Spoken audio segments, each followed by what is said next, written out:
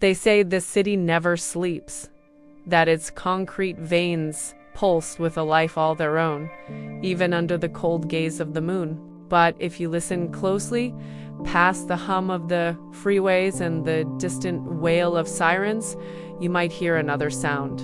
Down in the concrete channel they call a river, where the city's runoff trickles over forgotten shopping carts and graffiti-scarred walls, a different kind of sorrow echoes.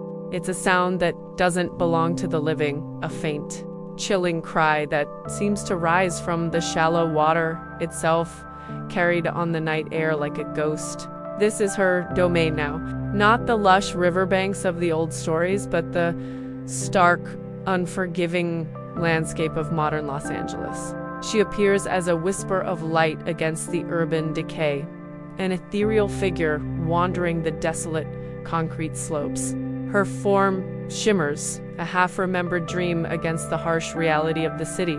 She is Llorona, the weeping woman, her legend flowing through these man-made arteries just as it once flowed through natural streams. Dressed in white that seems to absorb the city's jaundiced glow, she glides without a sound, her search as relentless and unending as the traffic on the overpasses above. Her presence is a stark contrast, a specter of ancient pain haunting a world of steel and glass. The camera pushes in, the background blurs, and all that remains is her face, a mask of pure, undiluted agony. Shadows cling to her features, obscuring and revealing in a haunting dance. But her eyes are lost in a grief that time cannot heal. Her mouth opens, and the sound that emerges is not just a cry, but the embodiment of loss itself.